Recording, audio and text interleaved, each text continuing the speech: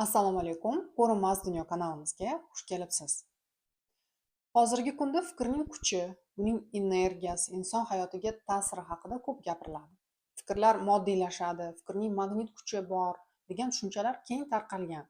Lekin fikr o'zi qayerdan keladi, qayerda tug'iladi? Bu savollarga ko'pchilik e'tibor bermaydi. Oddiy hayotiy vaziyatni olsak, mana inson yangi ish joyiga keladi, yangi jamoaga qo'shiladi. Agar bu jamoada odamlarni orqasidan g'iybat qilish odat bo'lgan bo'lsa, vaqt o'tishi bilan bu odam ham shunday qilishni boshlaydi. Hech kim unga "San ham muhokama qilgin" deb aytmasa ham, fikrlash tarzi o'zgara boshlaydi. Yoki biron bir ilmiy muhitga kirgan odamda to'satdan o'qish, tahlil qilish, yangi narsalarni o'rganish istagi kuchayishi, xayollari intizomliroq bo'lishini sezishi mumkin. Nimaga shunday? Chunki inson hayotni, borliqni faqat jismoniy tana orqali emas, balki ongi orqali, ya'ni his qiluvchi va fikrlovchi qismi orqali idrok qiladi. Endi bu tashqi voqea hodisalarni mental tanamiz orqali qabul qilgandan keyin javoban paydo bo'lgan fikrlar haqiqatdan ham miyamizda tug'iladimi? Ko'pchilik shunday deb o'ylaydi, lekin insonda paydo bo'ladigan fikrlarning katta qismi o'ziga tegishli emas ekan.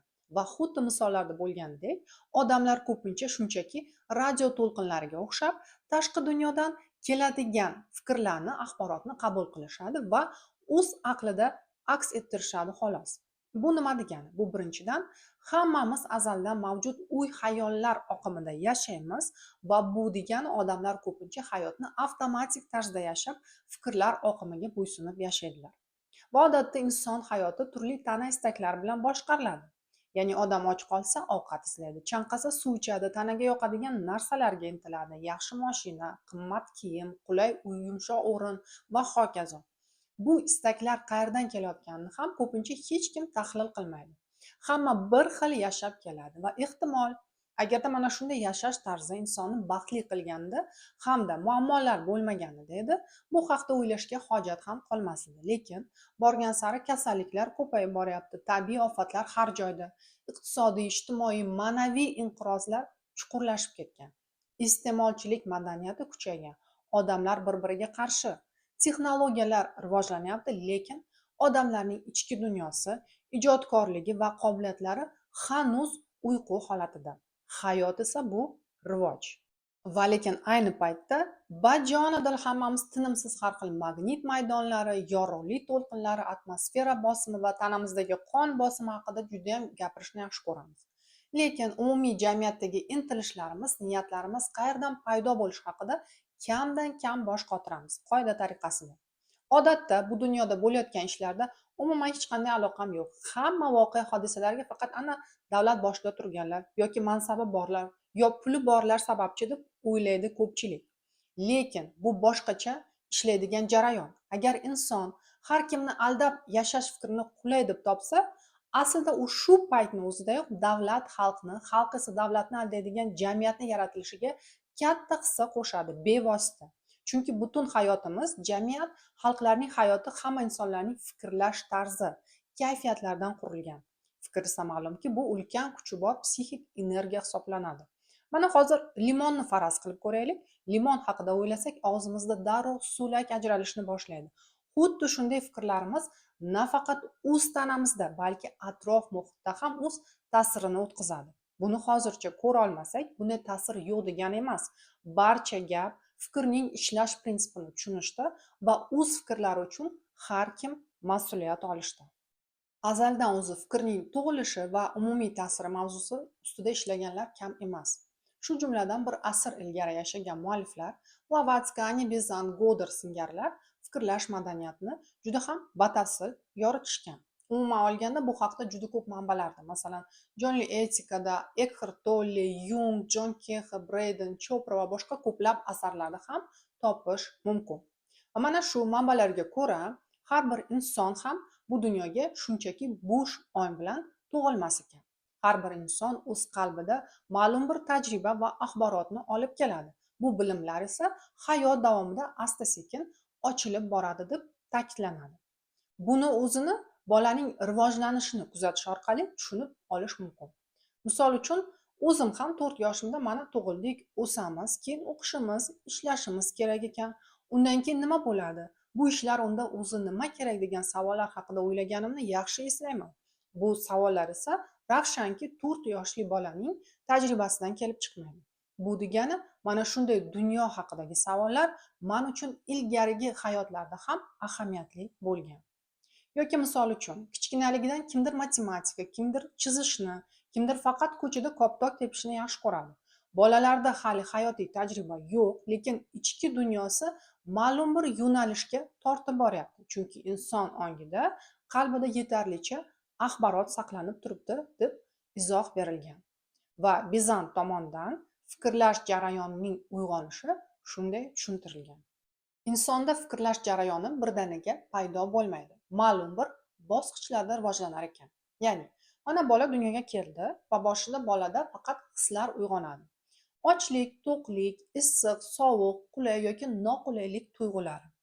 Bola ancha vaqt mana shu his-tuyg'ularga nima sabab bo'lganini tushunmaydi, anglamaydi ham. Shunchaki ularni tanasida his qiladi. Vaqt o'tishi bilangina bola o'z his-tuyg'ulari va tashqi dunyo o'rtasidagi bog'liqlikni seza boshlaydi. Masalan, ochlik yoqimsiz tuyg'usi. Ona kelib, bola ovqatlangandan keyin esa ichida to'yinganlik hissiyoti paydo bo'ladi. Ya'ni yoqimli holat yuzaga keladi.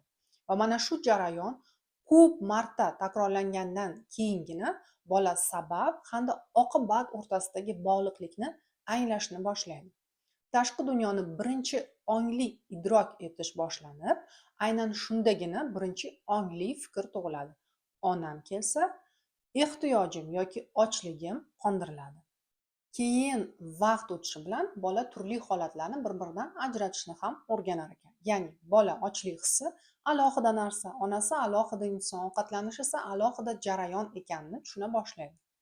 Bu oddiy misol insonda fikrlash jarayoni, tuyg'ular hamda ularning sabablari o'rtasidagi bog'liqlikni anglay boshlagandan keyin rivojlanishni ko'rsatib turadi. Qisqacha aytganda, fikrlash jarayoni quyidagicha kechadi. Boshida inson tuyg'ularni his qiladi. Keyin shu his-tuyg'ularni anglay boshlaydi. Keyin esa sabablarini ko'ra oladi va keyin ularni boshqarishni ham o'rganadi. Va Bizant bu borada shunday bir yana izoh berib o'tgan. His-tuyg'ular fikrning paydo bo'lishi uchun rostdan ham zarur va ahamiyatli, chunki ular ong uchun tajriba va taassurotlar beradi. Lekin turli taassurotlarni bir-biri bilan bog'lash, ularni solishtirishdek ongimiz qobiliyati bo'lishi kerak. Demak, his-tuyg'ular tajriba berar ekan, ong esa mana shu tajribani anglab, undan fikr hosil qilar ekan. Va har kimning o'tgan hayotlardan yig'ilgan tajribasiga qarab, hosil bo'lgan fikrlarning sifati ham ajralib turadi. Bundan kelib chiqadiki, inson rivoji uchun his-tuyg'ular tizimi juda ham muhim vosita ekan. Ular aniq va kuchli fikrning tug'ilishiga yordamchi bo'ladi. Endi mana shu jarayonda eng muhim burilish nuqtasi bu insonda kuzatish istagining paydo bo'lishi. Ya'ni ongning birinchi tajribasi bu kuzatish hisoblanadi. Inson qanchalik rost kuzatsa, uning fikrlari ham shunchalik aniq, obyektiv bo'ladi va teskarisi. Va agar inson faqat his qilsa-yu, lekin o'z ichki kechinmalarini anglamasa, kelib chiqish sabablarini tushunmasa, bunaqa odamning fikri juda ham xira va kuchsiz bo'ladi.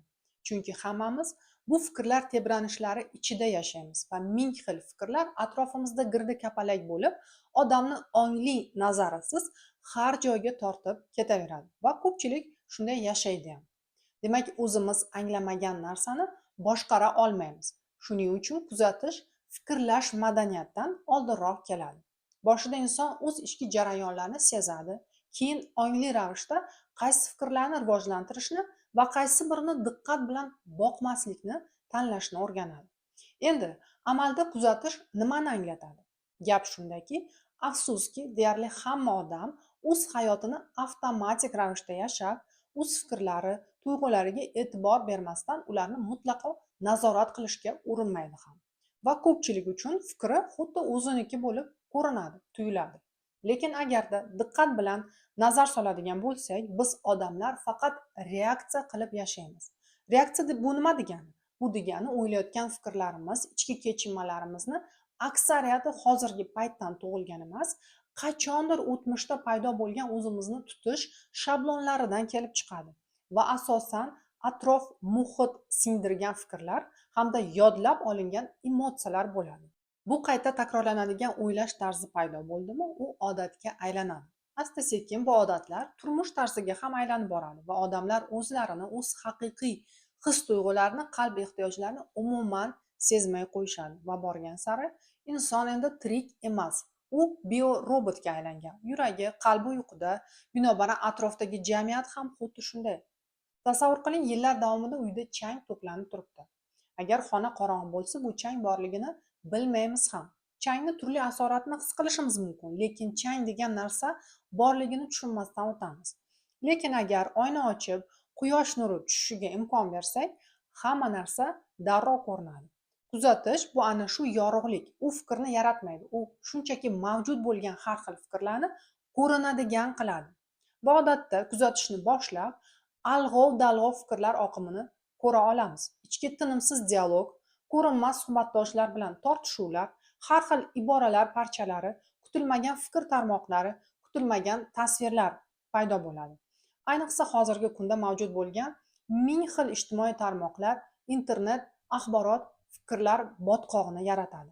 Shunday bo'lsa ham boshida vujudga kelgan o'sha bo'tqa holati fikr intizomi bo'lmagan odamning normal holati. Chunki xuddi astral tana har xil kechinmalar yordamida oziqlanganidek, mental tana ham tinimsiz fikr yaratish orqali tirik bo'ladi. Bu uning tabiati. Va kuzatish orqali esa odam va nihoyat ichidagi har xil jarayonlarni payqashni boshlaydi. Bu yo'lni quyidagicha ifodalash mumkin. Inson boshida o'z fikrlarini, his-tuyg'ularini o'zgartirishga urinmaydi, shunchaki ularni kuzatadi va anglaydi. Masalan, nimaga men ko'p vaqtimni o'zi yomon narsalar haqida o'ylab sarflayman? Nimaga har xil odamlar bilan, hatto ular yonimda bo'lishmasa ham, tinmay xayolan bahslashaman? Nimaga faqat eski vaziyatlar qayta-qayta hayotimda takrorlanib kelayapti? Va hokazo minglab o'y-xayollar borligini kuzatishni boshlaydi. Keyin asta-sekin odamda har xil fikr, tuyg'ularni, oqibatlarini ko'rish qobiliyati ham rivojlanadi. Chunki odam yuzlab kundalik tajriba orqali his qilib, keyin mana shu fikr mani xotirjam qiladi.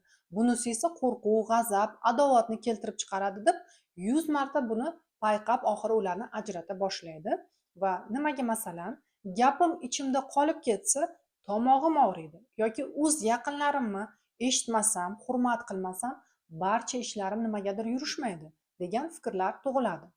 Va keyin ongli tanlovga fursat keladi.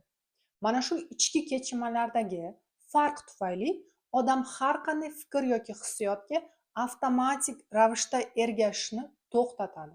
U ichki jarayonlarga o'zi boshchilik qilishni o'rganadi.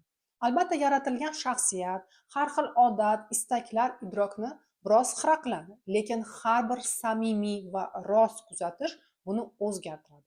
Inson o'zini boshqacha fikrlashga majbur qilgani uchun emas, balki kuzatuvchi hamda tajriba o'rtasida masofa hosil bo'lganligi uchun. Masalan, odam shaxsiy munosabatlarni xohlaydi. Umumiy maydonda odatda aylanib yuradigan fikrlar bu hech kim menga to'g'ri kelmayapti. Tezroq uylanishim yoki tezroq erga tegishim kerak, 5-xotin bo'lsam ham, nimaga men shunchalik hech kimga yoqmayman degan uy-xayollar. Va boshida odam bu fikrlarga ergashib, men juda ham yolg'izman deyishi mumkin. Keyinchalik odam esa, "Xo'p, mayli, ichimda yolg'izlikni sezayapman" deb holatga ta'rif beradi va borgan sari odamning ichimda to'g'ri, hozir shunday tuyg'u tug'ilgandir, lekin men uni kuzata olyapman deb aytishga kuchi yetadi. Bu degani inson borgan sari shaxsiy munosabatlarni hayotdagi yagona najot qilmay qo'yadi va o'zining salohiyatlariga, ichki dunyosiga qiziqishni boshlaydi va keyinchalik kerakli inson o'zi jalb bo'ladi. Anni Bezantning ta'kidlashicha esa, inson ongining haqiqiy uyg'onishi bu men uchun yoqimsiz holat degan fikrdan emas, balki ancha chuqurroq anglashdan boshlanar ekan. Ya'ni qachonki inson birinchi marta mening fikrlarim va his-tuyg'ularim bu men o'zim emas, asl o'zim ularni kuzatishi, tushunishi va qaysi biriga ergashishi tanlashi mumkin degan xulosaga kelganida boshlanar ekan. Umuman olganda, mental tananing tabiiy holati bu tinimsiz fikrlar oqimini hosil qilish. Lekin ongli insonning kuchi fikrlarni to'xtatishda emas, haqiqiy kuch kelayotgan har bir fikrga ergashmasdan, ularni shunchaki kuzatib, qaysi biriga e'tibor berish va qaysi biriga esa ergashishni ongli ravishda tanlay bilishda yotadi. Va har bir ongli fikr esa xuddi o'tloqda qo'yilgan bir qadam. Bitta qadamda deyarli hech narsa o'zgarmaydi. 10 marta mana shu yo'ldan yursak, yo'lakcha paydo bo'ladi. Yillar davomida yursak, keng bir yo'l ochiladi. Fikrlar ham xuddi shunday. Odam qanchalik tez-tez aniq bir fikrda bo'lsa, miya va ongimiz uchun bu yo'ldan borish osonroq kechadi. Va lekin aksariyat odamlar butun umri davomida mana shu kuzatish bosqichini hattoki boshlamaydilar. Ular o'zlariga kelgan har bir fikrni o'z fikri deb qabul qilishadi, har bir hissiyotga ergashishadi va har bir istakni bajarish kerak deb hisoblashadi. Ong ruhiyat bu jarayonda deyarli ishtirok etmaydi. Ya'ni inson butun hayotini avtopilot rejimida o'tkazishi mumkin. Hamma qilgandek o'qish, hamma qilgandek ish, turmush qurish, bola tug'ish, katta qilish va qarishni boshdan kechiradi. Muhim voqealar sodir bo'ladi, lekin odam ichida bular o'zi asl istagimmi deb o'ziga savol ham bermaydi. Chunki nafis sezgirlik yo'qolgan.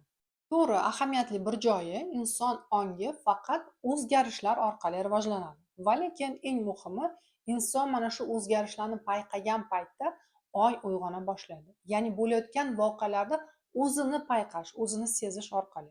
Misol, ikkita oilada farzand dunyoga keldi va bitta oila uchun bu faqat tashqi vazifalar bo'lib ko'rinadi. Bolani ovqatlantirish, o'qitish, boshpana berish va hokazo. Boshqa oila uchun esa bola bilan muloqotda o'z qo'rquvlarini ko'rish, sabr, toqat, mas'uliyat va shartsiz sevgini o'rganish uchun imkoniyatga aylanadi. Ya'ni o'z ichiga nazar solish uchun va uyg'un o'zgarishlarni jalb qilish uchun bo'lgan imkoniyatga.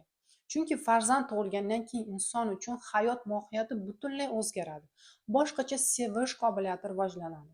Avtomatik ravishda yashagan insonni esa ko'pincha aslida hayotning o'zi uyg'otadi. Shunda ham sharoitni o'zgartirish orqali har xil yo'qotishlar, ajralish, kasallik, yangi odamlar, yangi munosabatlar, sevgi, muvaffaqiyat yoki inqirozlar, xatolar orqali. Agarda odam tushunmasa, odatlari va avtomatik harakatlar asosida yashashni davom ettiraversa, qoida tariqasida o'xshash og'riqli saboqlar qayta-qayta takrorlanadi. Toki inson bu salbiy voqea hodisalarni yaratuvchisi o'zi ekanligini anglamaguncha, o'z fikrlash tarzini payqamaguncha. Aniq fikrlash insonga o'z hayotini yaxshiroq boshqarishga ham yordam beradi. Salbiy hislarga, g'azab, adovat, ginaga o'z psixik energiyasini sarflamasdan inson o'z kuchini saqlashni o'rganadi. Fikrlashni ham boshqaradi, o'sha ijodiy kuchni o'zida kashf qiladi. Aniq fikr aniq hamda istalgan voqealarni yaratishni boshlaydi va umumlashtiradigan bo'lsak, muallif tomonidan o'z ongini rivojlantirish uchun, fikrni aniq qilish uchun ma'lum bir tavsiyalar keltirilgan. Albatta, birinchi tavsiya bu ichki jarayonlarni va fikrlarni kuzatish. Kun davomida nima haqida ko'proq o'ylashimizni anglash va tushunish. Keyingi tavsiya bu fikrlarni ongli ravishda tanlay bilish. O'sha ijobiyman, omadliman yoki sog'lomman degan fikrni tanlab, energiyaga mana shu yo'sinda ishlash uchun yo'l yaratish. Chunki har bir fikr ham asl maqsadimiz emas ekan. Aksariyati odam yashayotgan millatga, jamiyatga xos odatlar, qo'rquvlar va boshqalarning ta'siridan kelib chiqar ekan. Keyingi tavsiya bu aniq fikrlashni rivojlantirishga qaratilgan. Fikr kuchi ham mushaklarga ishlov berilganidek, xuddi shunday mashq berganda kuchayadi. Va lekin juda ko'p o'qishdan emas, juda ko'p o'qishdan ko'ra o'qilgan fikr ustida chuqurroq mulohaza qilish foydaliroq deb ta'kidlaydi Bezant. Ya'ni har kungi yaxshi muallif kitobni oz-ozdan, masalan, bir betini o'qib, uning gaplari ustidan mustaqil fikr yuritishni o'rganish lozim. Keyingisi bu fikr jamlay bilish va kuzatishni, fikr jamlashni rivojlantirish uchun biror bir predmetni diqqat bilan kuzatish taklif qilinadi. Ya'ni uni imkoni boricha aniq eslab qolish, barcha tafsilotlari bilan va keyingi kuni uni xotiradan tiklab, asli bilan solishtirish tavsiya qilinadi. Bu xotira, diqqat, tasavvur fikrni jamlashni rivojlantiradi. Shunday tarzda odam asta-sekin tasodifiy fikrlar oqimi ta'siriga tushmaslikni hamda aniq fikrlashni o'rganar ekan. Aniq fikrlaydigan jamiyat istalgan kelajakni barpo qiladi. Masalan, o'sha Abraham Hicks yoki Vadim Zelen kitoblari aynan shu fikr bilan ishlash haqida.